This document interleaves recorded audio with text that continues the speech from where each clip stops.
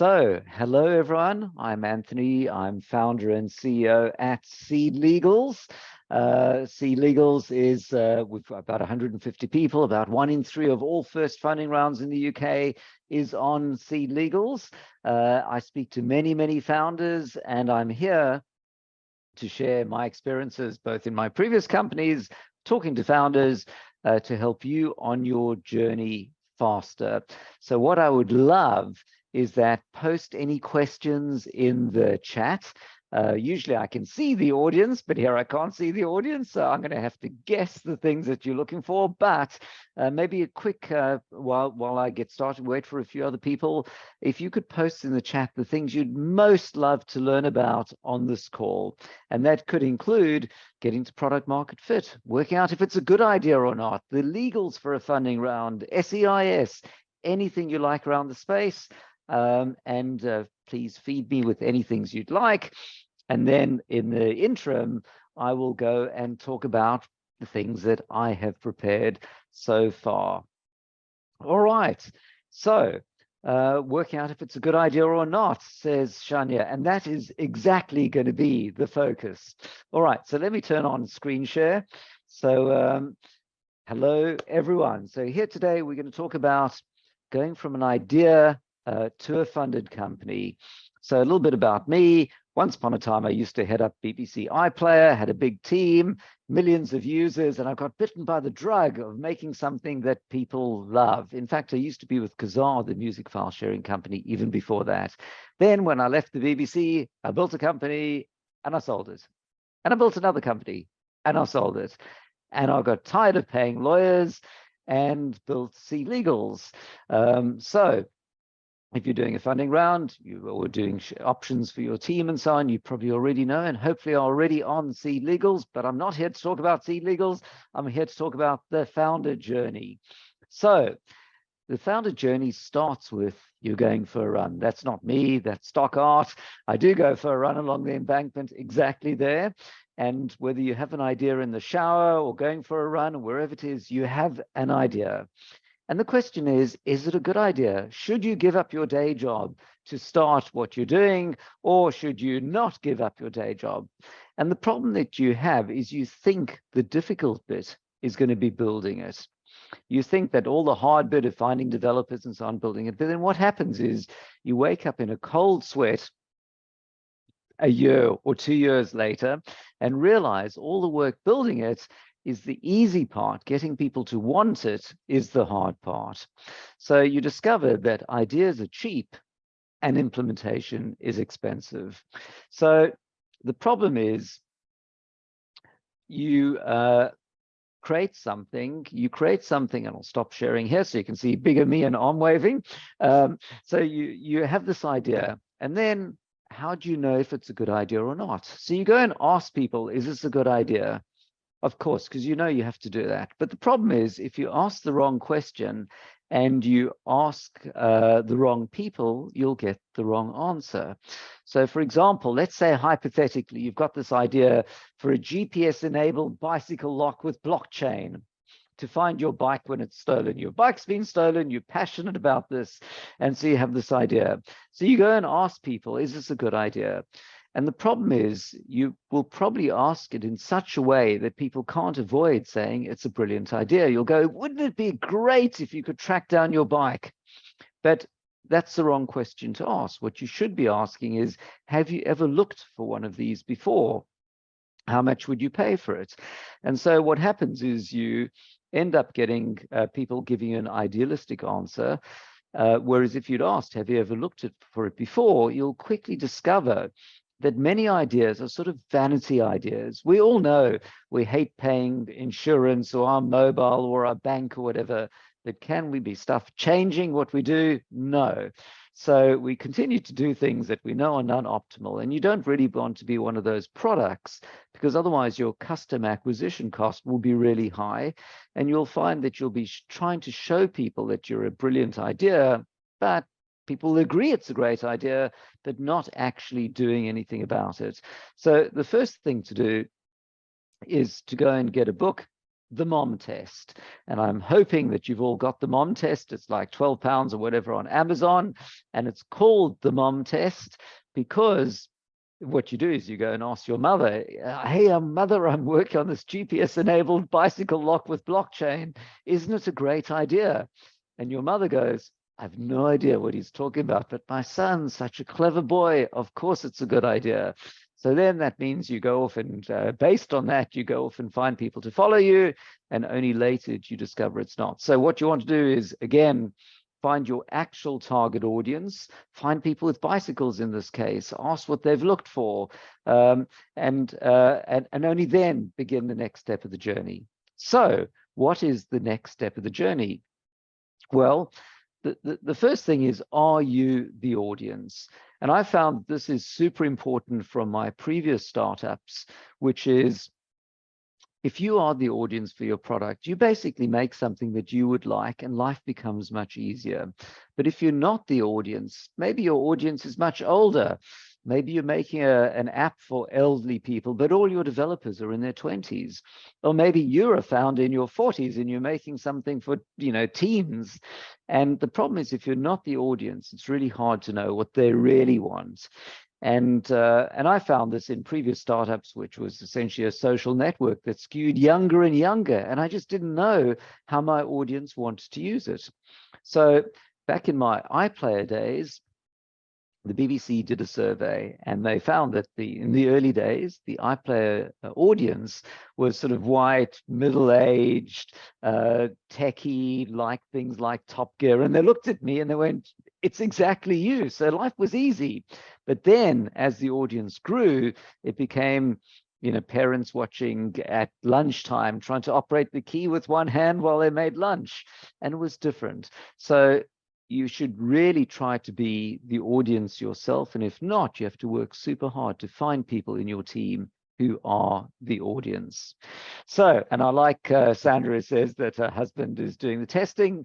Hopefully you can get objective feedback. All right. So the next thing is, and let me screen share, which is the hardest thing, isn't building it, it's having people want to use it. And I can't stress this enough, because as the founder initially, you know that you have to build all this stuff. And initially it's difficult. You have to find developers, you have to explain to them how, you have to get investment. The first prototypes never work. But actually, one day it's built and you can go, step by step to building something. But then you open the doors, advertise it's around, and like few people arrive. And this is really the worrying and depressing thing as the founder, because you don't know the path to getting people to arrive. You've got this idea and suddenly the doors open and actually only a trickle are coming in. And are you one feature short of success? So let's say you've got your app and it's getting little usage. Is the idea fundamentally wrong? Is the idea exactly right, but people don't understand it? If you change the messaging, or you change the buttons, or you change the branding, or in fact, do you have to add more features? And one of the traps people fall into is they believe they have to add more features. They're one feature away from it being a success. And the problem is that gets you on the treadmill of having to spend more and more time. And in your mind, you're embarrassed to release it because it's not perfect. And then there's little traffic, so you're building more. But, I'm always reminded of this when I look at Twitter. And Twitter's got thousands, or maybe now like dozens of remaining engineers, and they spent years on it. But Twitter is fundamentally the same as it always was. And everything that Twitter's added that is not, make 140, now 280 characters, has been a complete waste of time. They've had stories and discover and buy stuff you see on TV and, other spaces and stuff. Nobody's interested. It's just the core thing, because in your mind, that's Twitter, and adding more features wasn't relevant. So try to figure out, once you have launched, really why, the essence of what people are looking to your app for, and try to get that across. And to me, the starting point for that is your website. And too many websites start with explaining what you do rather than why it solves a problem for people.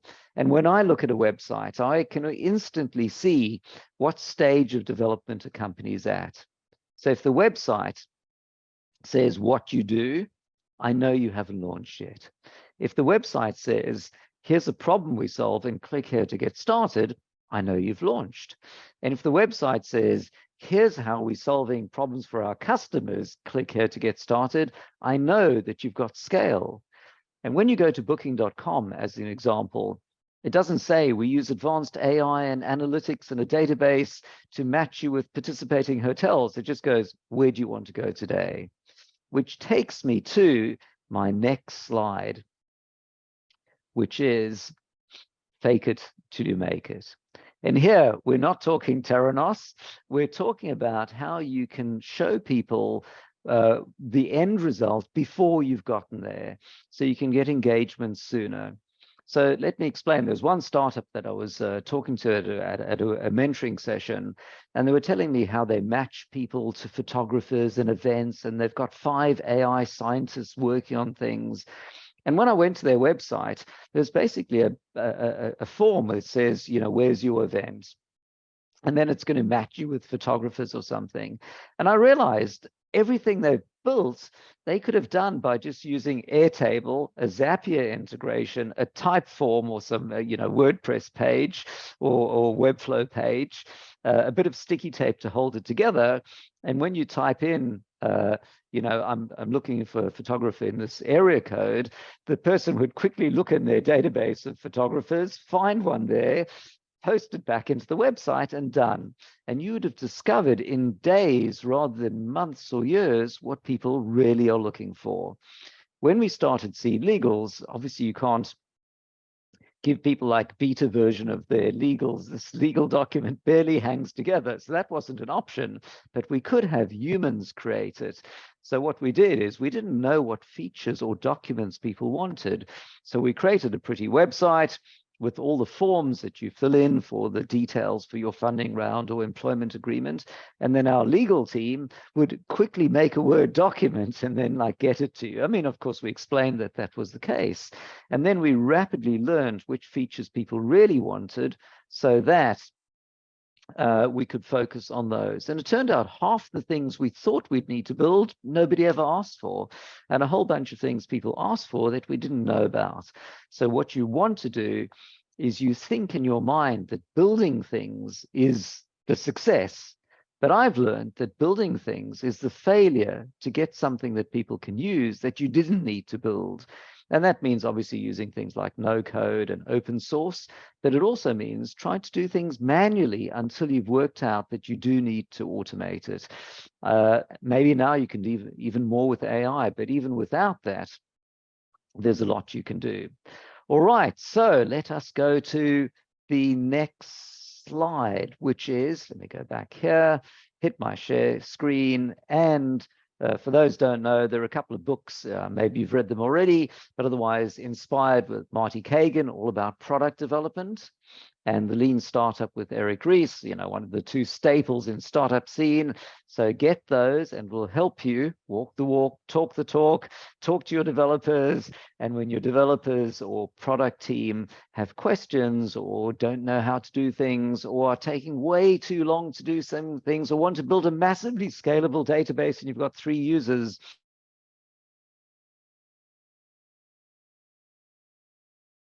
you can refer to these, get simple things out sooner. All right, so now we are going to switch tack and we're going to talk about some of the legals. But before we do that, I might go and look at a few of the questions. So what are your thoughts, says Nicole, on the Founders Institute Accelerator? Will it affect later rounds? What will the impact be? Great question. I will see if I can get back to that a little later about giving equity to accelerators. All right, so great question from Christian, says, surely the customers don't know what they want until they have it. So you've got to a really fascinating question. And I think that once upon a time, no one walked around town with a mobile phone, right? Phones were things in the kitchen with a big cord on them. So if you ask people, do you want to walk around town with a phone? They would have gone, that's ridiculous. But so truly new, innovative things, I agree completely that if you ask people, they wouldn't say that they want it.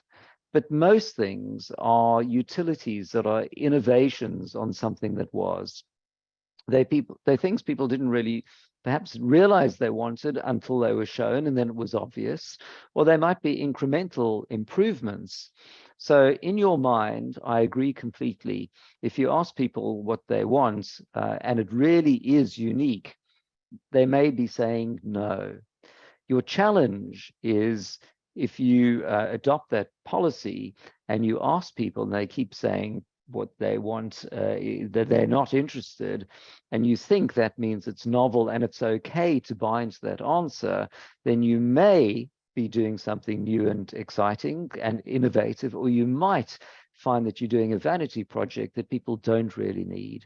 And you might think about, and I'll be controversial and say, much of blockchain is exactly like that. If you ask people, do you want blockchain things, they would go, sounds, I don't know, interesting, I'll buy into it. And then it turns out you struggle afterwards to find a use case for blockchain. So you may find that you get to success and traction sooner by focusing on a utility that people are looking for and use that as the stepping stone to the truly innovative big changer later. And I look at, Seed Legals is when we started, we thought about, could we do smart contracts and blockchain? And I didn't do any of those, and the website doesn't talk about any of those. It just says the fastest way to close your funding round. And we just focused on being utility. The stuff that people were doing before, we weren't trying to change the world. We just make it more efficient. And then when you've got thousands of users, of founders and thousands of investors, you can start now creating the next steps on that journey.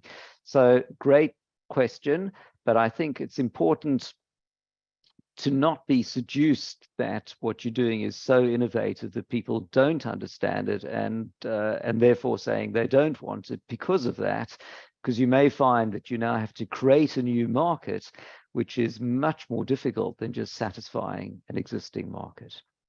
All right, so let's get on, and I'll go back to some of the questions a bit later on. So now you've figured out, you've gone for your run, you've figured out what you want to build, you've done some user testing, you've made a prototype, you've shown the prototype to people, they've clicked through it, they get it, and now you are going to create a company. So first thing is, I don't know how many people on the event are solo founders and how many have a co-founder. So let's talk about finding a co-founder, one of life's most difficult problems, because you can't really advertise looking for co-founder. For a person who likes doing emails at 2 a.m. and listening to German opera, inquire here, salary zero. So I think that when you have a company, a successful company needs 3 roles. You need the street smart hustler, the domain expert, the doctor, dialysis machine, mother, somebody on the mission to do something. That's role number 1. That's usually the person whose idea it is, but they often can't build it. So role number 2 is usually aligns with the CTO or product role, the person who's going to help create the team and deliver it. And the third role is the Mr. or Ms. Money, the person who's going to help get investment, who's going to make sure it's a viable business. And that aligns more like a CFO type of thing. So what I suggest to you is look within and see which one or more of these roles are you.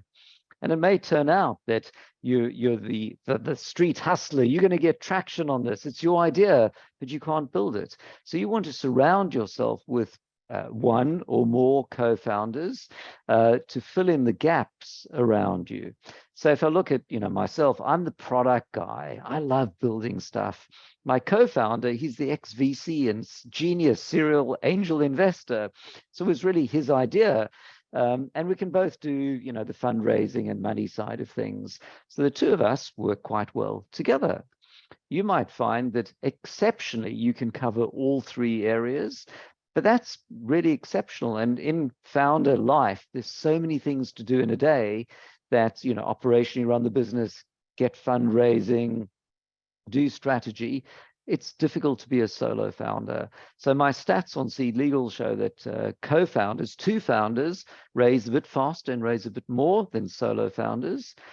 3 founders is fairly common, but more than 3, almost inevitably, it splits up and they're just too many. You can't divide things between you. Somebody feels left out. There's too much squabbling. So, 2 founders is optimal, but it doesn't mean that 1 or 3 is bad. So finding a co-founder, where do you find one? Well, unfortunately, I can't think of better than random. It means network as much as you can. But the other thing is, in the same way, I guess, when you're dating, you don't go looking for spouse, you look for a date. So maybe you are looking initially for a tech lead that then may grow to become a co-founder, or you're looking for the person who's going to lead a CFO, and that then can grow to co-founder. So the co-founder position is really something that can be earned rather than given, because I guess just like maybe it's like marriage, you don't want to, like, on the first date and then you just are stuck together.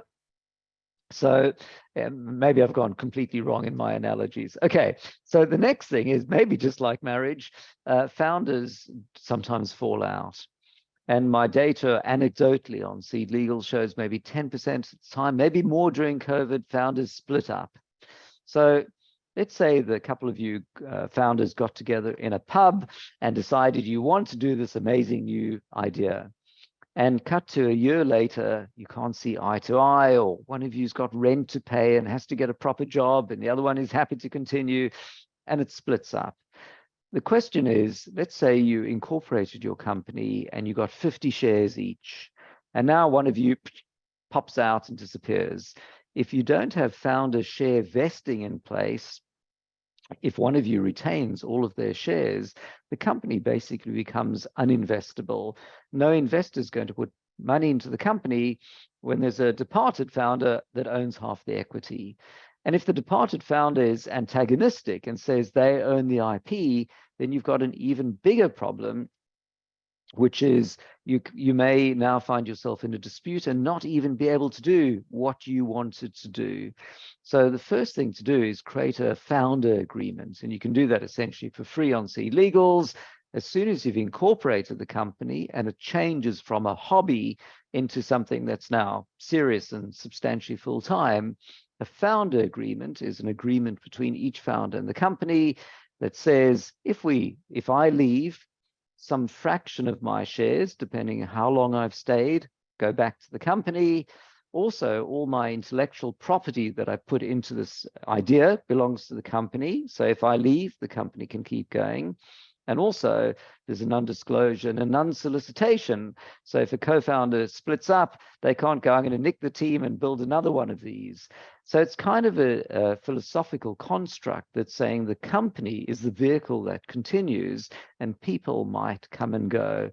But having that co-founder agreement or founder agreement is really important. And too often we see people hitting us up on web chat on Seed Legals going, I've split up with my founder, what to do?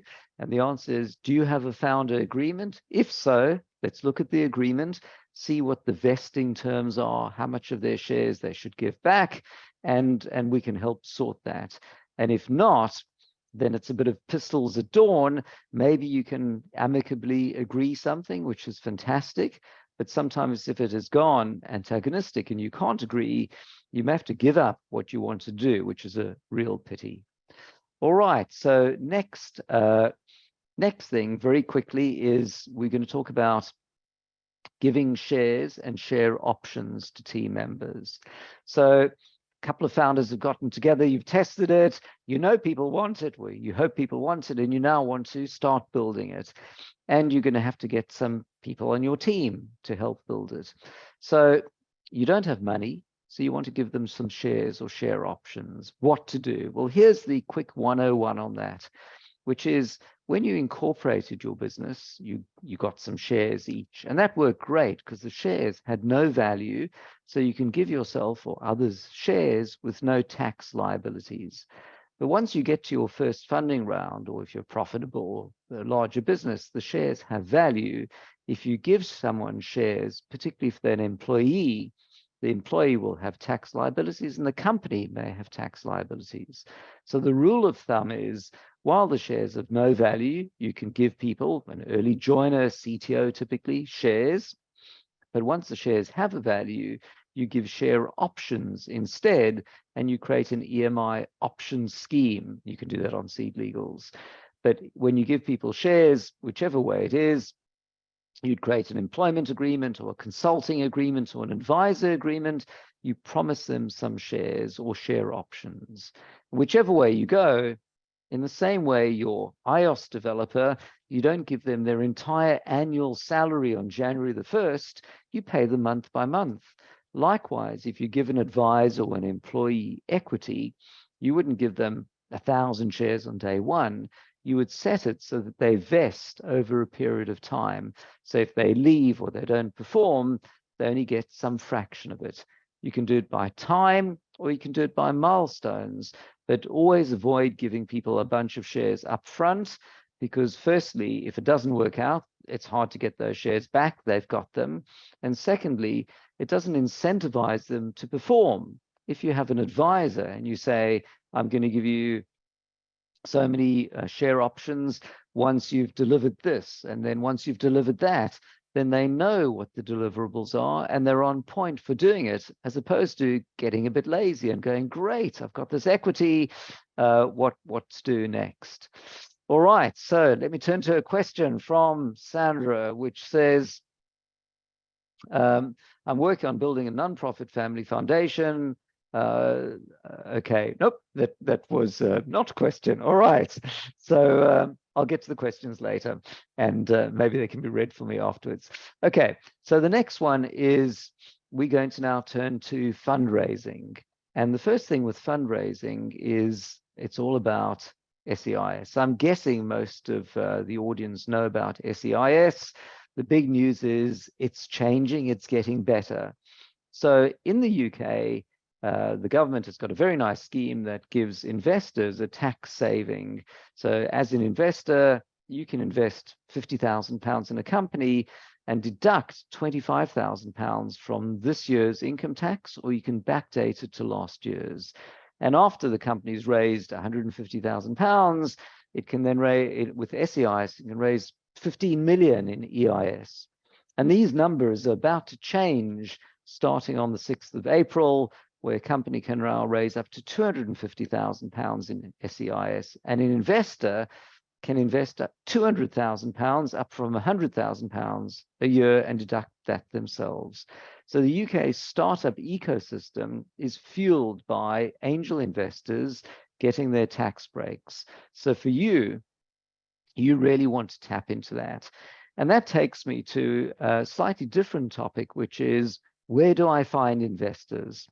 So my data on seed legals shows that founders invest a median of £26,000 of their own money into the business first, because no one invests just on a PowerPoint. So you need to build a prototype, you're going to build something, it's going to be maybe some sweat equity, but you'll often have to put some money into, hire people to do things.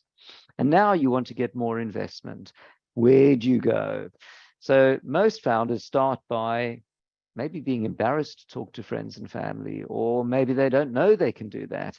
So they do some Googling to look for VCs, and they find some VCs, Seed Camp, any number of them, and they write to them.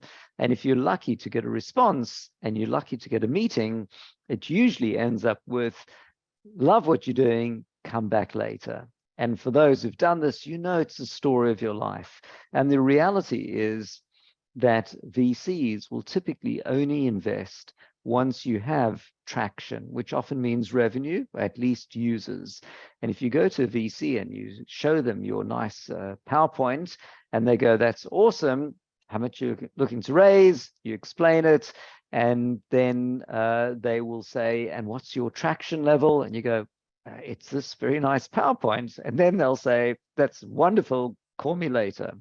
And the reality is VCs have investment committees, and they take their investment from LPs, limited partners, and they, I mean, you know, how do you know which companies are good to invest in? So to be safer, the easy way is to wait for the company to have traction, and then you look at the traction, and then you make an investment decision, which is great for the VC and useless for you because you had to get to that level. So what are you going to do? And the answer is reach out to angel investors. Everyone is an angel investor. So my advice is, the problem with angel investors is there's no directory list of them, right? As opposed to the 17 most active angel VCs in London, or whatever the lists that exist. And there are lots, and you'll find them on Seed Legals as well. But for angel investors, everyone's an angel investor. And that means you want to reach out and make as much noise as you can. So my suggested formula is create a very nice pitch deck. Create a pitch video, maybe 30 seconds to a minute, where you show the enthusiasm for your project. No one's got time these days. If you have a video with enthusiastic founders, it doesn't have to cost a fortune to make. Even just nice camera setup and some nice lighting and good sound is all that's needed. And now you can create a pitch page on Seed Legals, which is free. You upload your video or link to Vimeo, you upload your pitch deck, you say how much you want to raise, and then you go completely shameless and you share the link on social, send it to everyone you know, email your customers, your friends. When they click through to the pitch page, they get a little FCA pop-up which says I'm a high net worth or sophisticated investor, disclaimer. So it ticks the FCA box. And then if the person is interested, they can hit a register button or I'm interested. And then that gives you a message, and then you can follow up. And if they're interested, you can then use a seed fast or funding round to turn that investment or that interest into investment. So really, to me, the formula initially is, before you launch and before you've got traction, make as much noise on social as you can. And it's also about content marketing. So to me, I'm always amazed where you go to somebody's website and there's just like 1 or 2 pages. There's no content to explain it. So, you know, initially you've got limited budget. How are you going to be everywhere? What you want is, you want investors, you want customers to perceive that you're much bigger than you really are. And to do that, you are probably, you know, obsessed with your mission. You're a bit of a domain expert yourself. You've got team members. Can you write articles? That's called content marketing. And to me, at Seed Legals, content marketing is both the personal passion. If you've noticed my LinkedIn posts or my articles and everything from SEIS to liquidation preference or whatever that catches my attention when I'm going for a run. If you can write articles, you become the thought leader. People discover you. People are following you. People are seeing your articles everywhere. When investors Google you, instead of just seeing your website, they see all these articles. Other magazines will pick it up. Other people will notice it. So content initially is your friend before you start paying money to Google and Facebook, because they've got much more of it than you. So you want to avoid that.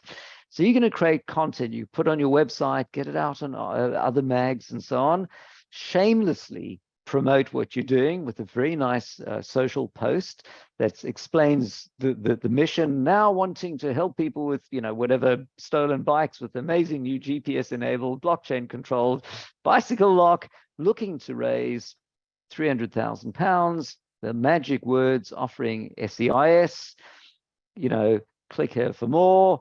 Would love to hear from you. And if you're lucky, you'll find some people wanting to invest. You'll also find people telling you about competitors. You'll find people wanting to partner. You'll find people messaging going, I have no idea what you're talking about, or tell me more. And you'll get great feedback, even at pitched stage, from people who don't understand. And that is almost really your first marketing channel and your first product market fit feedback from the pitch. In fact, you might say you could even create the pitch deck and pitch as if you've built it, and only if people are interested at that point will you then go off and build it. So anyway, I've got one more slide and then we'll go to questions.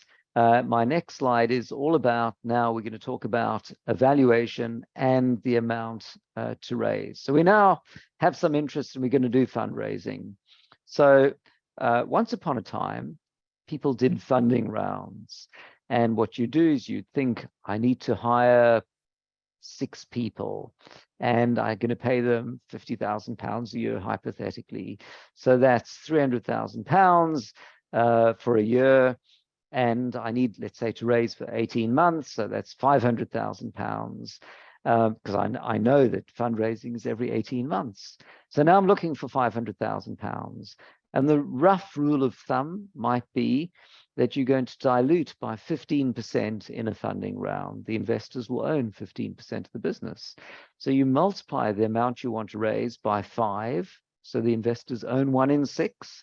So you might say, I'm raising £500,000 at a £2.5 million pre-money valuation. Awesome.